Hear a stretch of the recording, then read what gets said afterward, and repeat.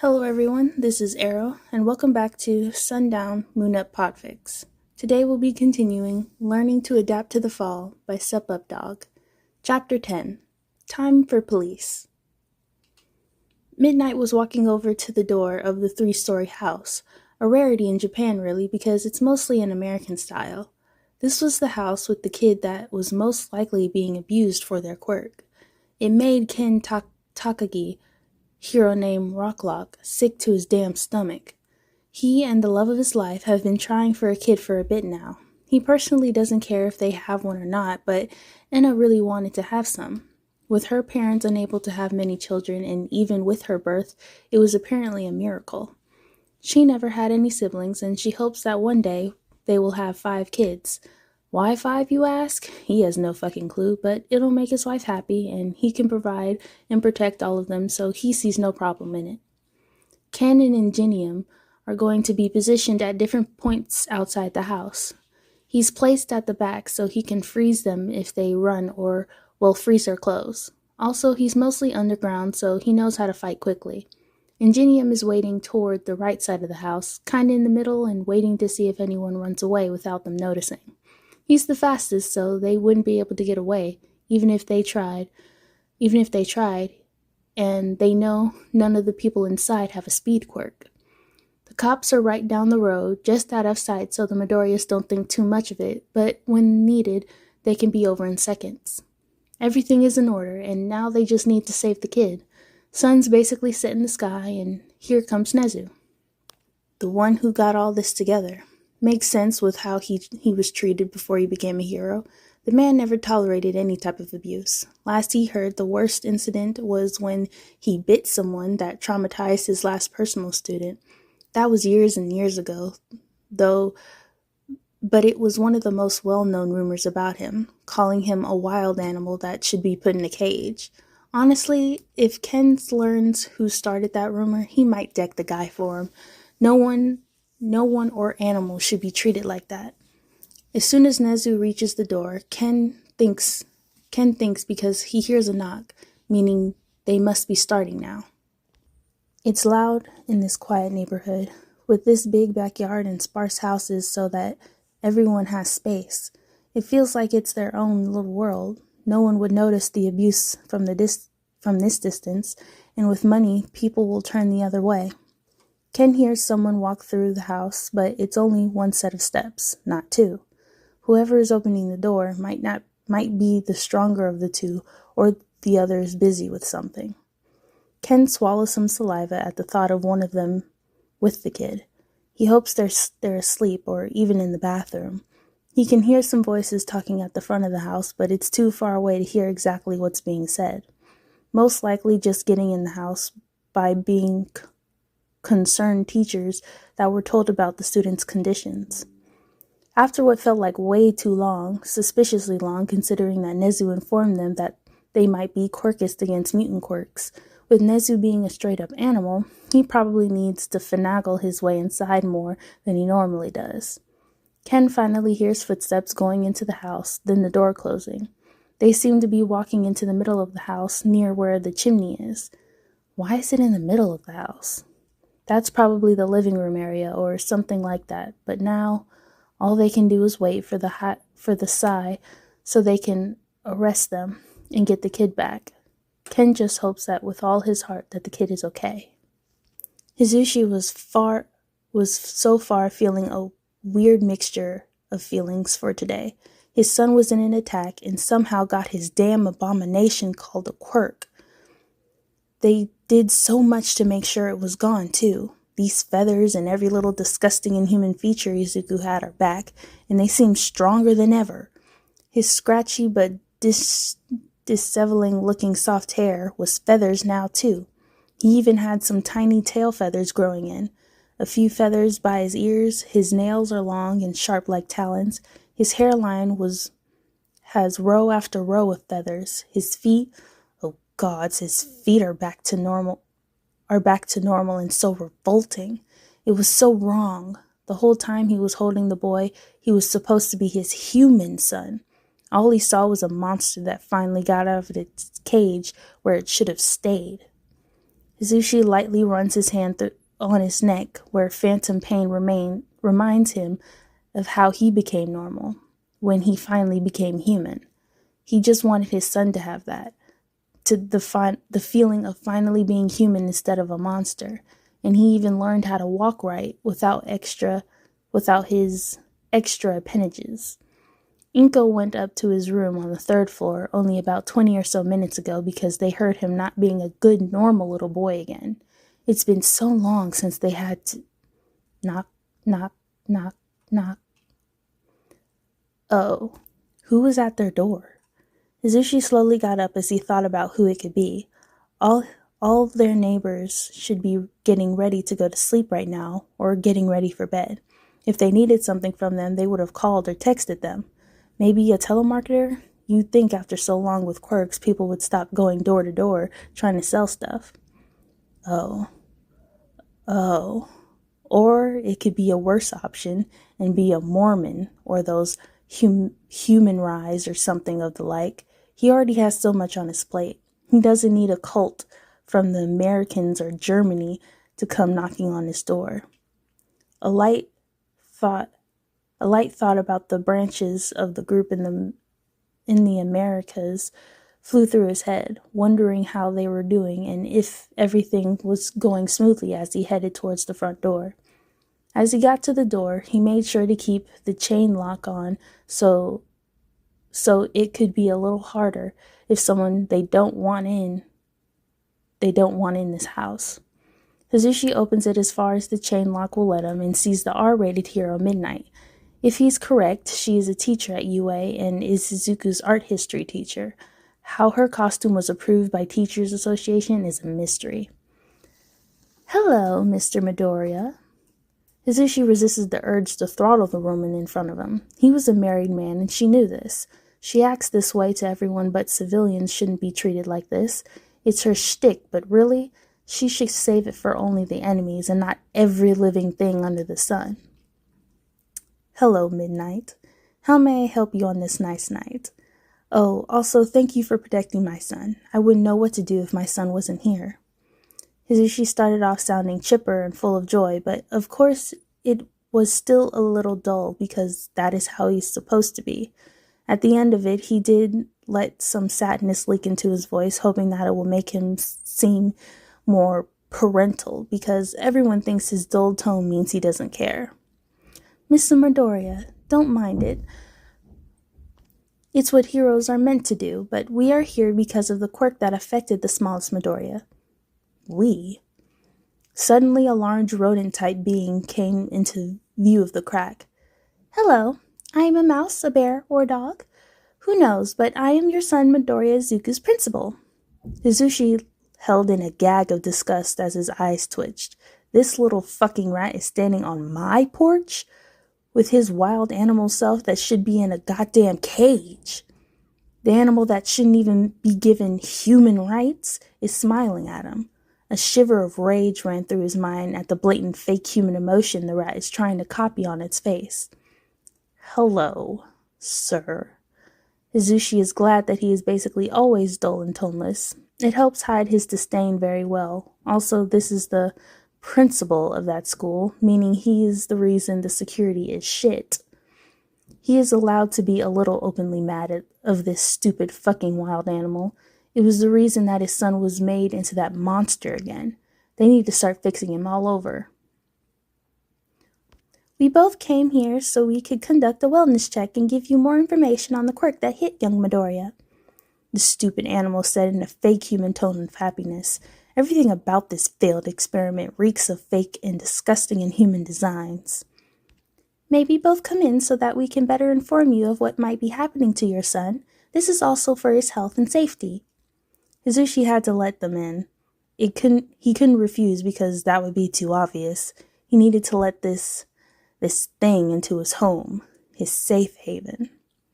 Of course. Come inside and tell me everything you know so I can make sure my son's health is stable.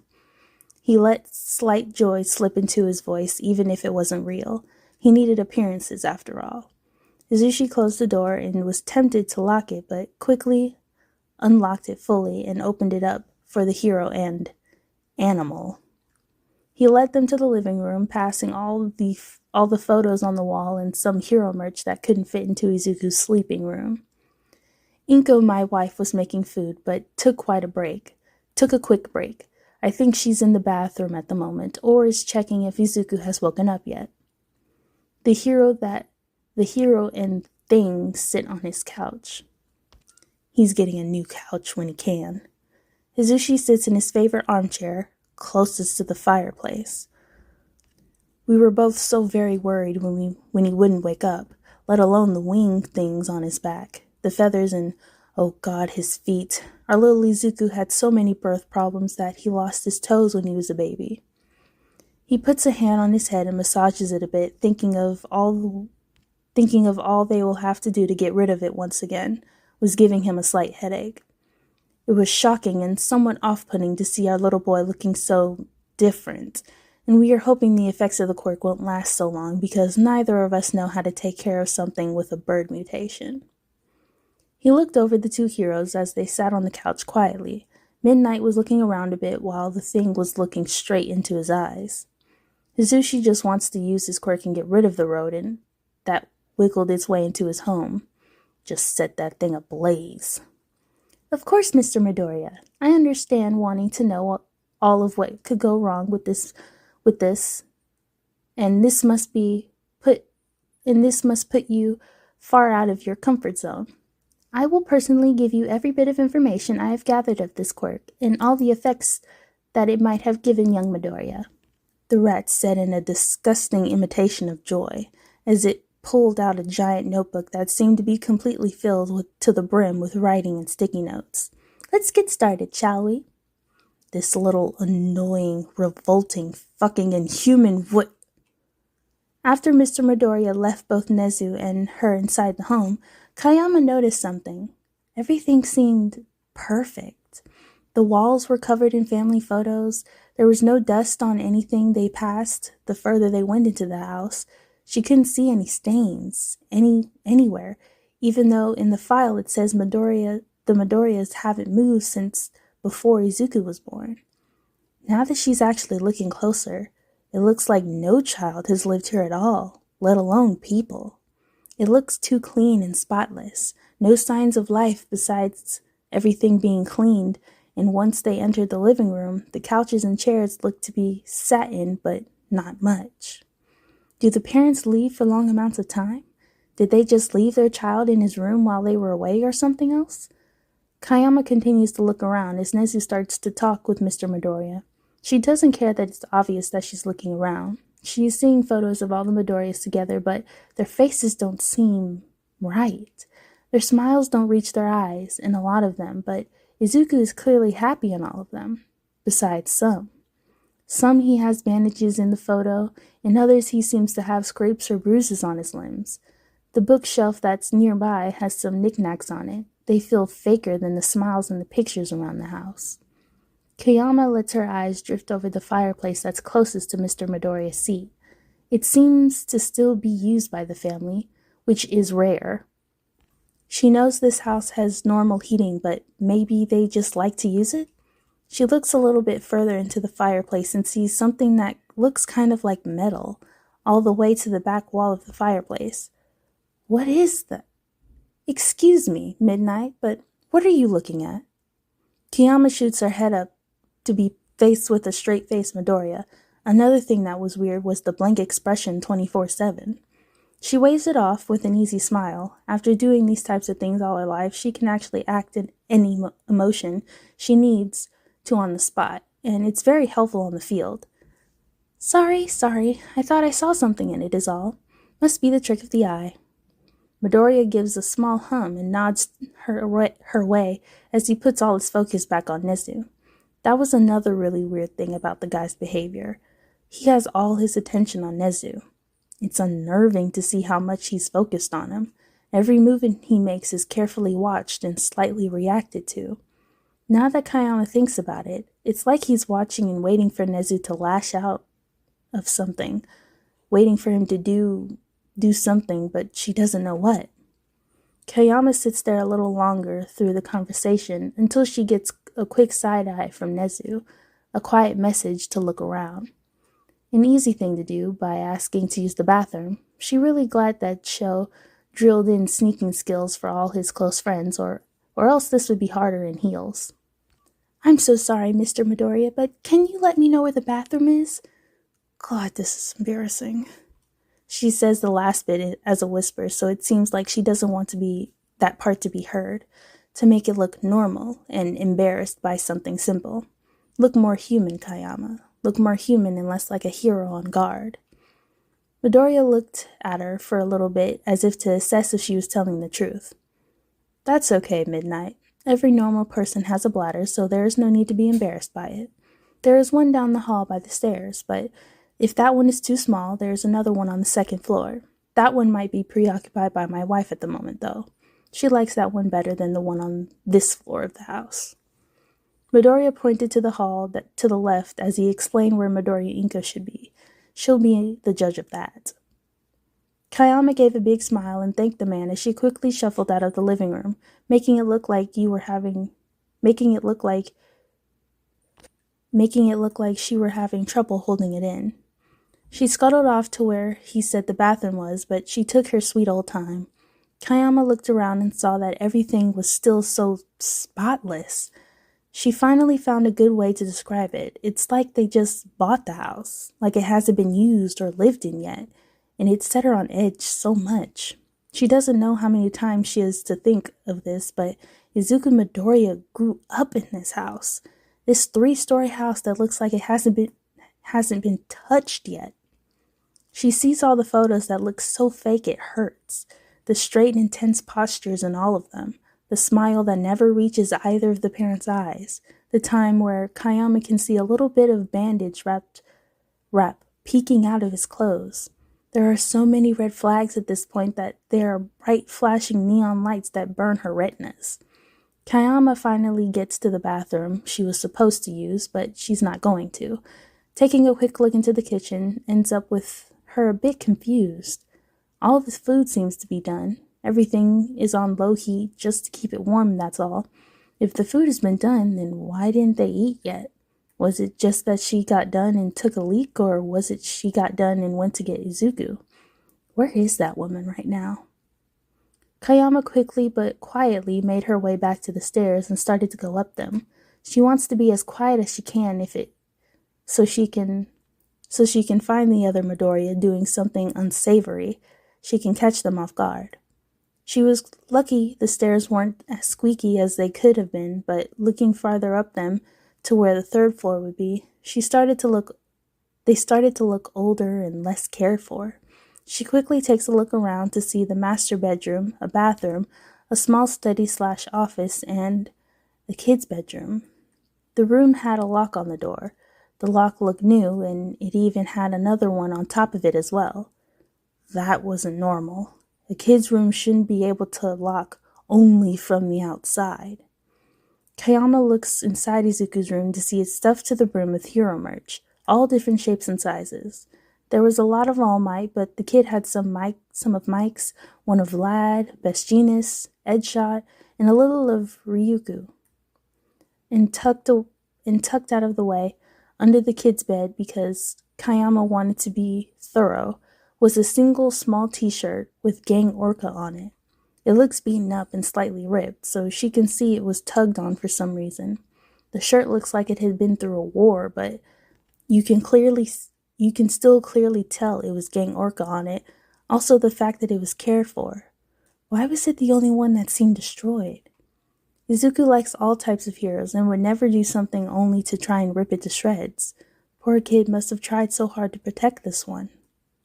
After she lifted up the bed, Kayama was also shocked to see another stash of a little bit of Hawks merch, a shirt, a toddler-sized hoodie, a little worn-out plush, and a single keychain. Why is Izuku hiding this stuff? It seems like the kid was using the Gang Orca merch to distract from the Hawks merch that was hidden right above this one. As soon as whoever was looking for the stuff would get too preoccupied by the Orca shirt to look further. Did the kid's parents do that to him? Kayama, as discreetly and quietly as possible, drops the mattress onto the bed frame and hopes it wasn't that loud. She's out of the kids' room in seconds, knowing for a fact that her heels are making a lot of noise, but that doesn't matter. Nothing matters beside the silent, oh so silent, shriek. A bird shriek. You hear when they are in pain or scared. It was Izuku's. It was clear as day that the muffled human mink's bird shriek was from Izuku. The sound came from above, on the third floor away from everything else, so far from the living room that if you didn't have super hearing, it wouldn't have been heard. Fucking hell! Kayama barely heard it, and she could tell it was right above her. She made it to the stairs and only now realized how weird the entire house is built. Why was this kid's room so far from the stairs and it had no windows? And why was the first floor the closest to the stairs, the parents' room? Kayama is putting one foot after the other as safe as she can because missing a step in heels will be a nightmare, but before she can get halfway up them, she stops. At the top of the flight is Inko Midoriya, standing in all her glory looking a little frazzled. "Oh, hello," the woman says in a fake cheery voice that was dipped in lead paint. "So she didn't tell me we were having guests over. Or you're Miss Midnight." Inko sets a smile that isn't even close to reaching her eyes, and it sends chills down Kayama's spine. That smile was disturbingly close to the smile her aunt always wore. "My little baby just loves your work." Inko takes one step down to get closer to her, but Kayama takes a cautious step back. Fighting on steps in heels was a nightmare. It's fucking doable if you sold your soul to Satan, aka Nezu, so he can teach you how to do it right and make a whole fucking course track set around fighting in heels. He just loves how you save so many people from sexual abuse or assault and help those in hiding because they were too embarrassed to come forth about their assault because it came from a family member. The last line of words sent a cold bucket of ice down Kayama's spine. Not many knew, but you could say her aunt wasn't a human in her eyes anymore, nor family, but she would never dare say that woman's name, even in her head ever again. Not after all the time she screamed it out, begging for it to stop. How dare she use that against me? In the short moment that Kayama's mind was running on how this random person would know that little tidbit of information, Inko went down 5 more steps as quick as a snack. "Oh, I know that look. I'm so sorry. Sometimes my mouth just flies off and I say some things I shouldn't have. Did I bring back some bad memories?" Kayama gulps down on the saliva that she wants to spit at this fuck in front of her.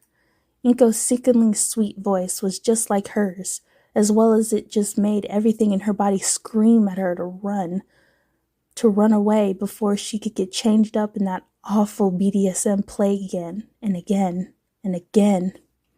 She's too close, too close. "Oh, sweetheart, you look so pale. Would you like to come down the stairs with me?" No, not down there again. "Please, she's been a good girl. She promised." "Kayama!" Kayama took a big breath of air as she went back down a few steps, almost missing some and falling down. She looks down to where the first floor would be to see Nezu standing there with his fur bristled.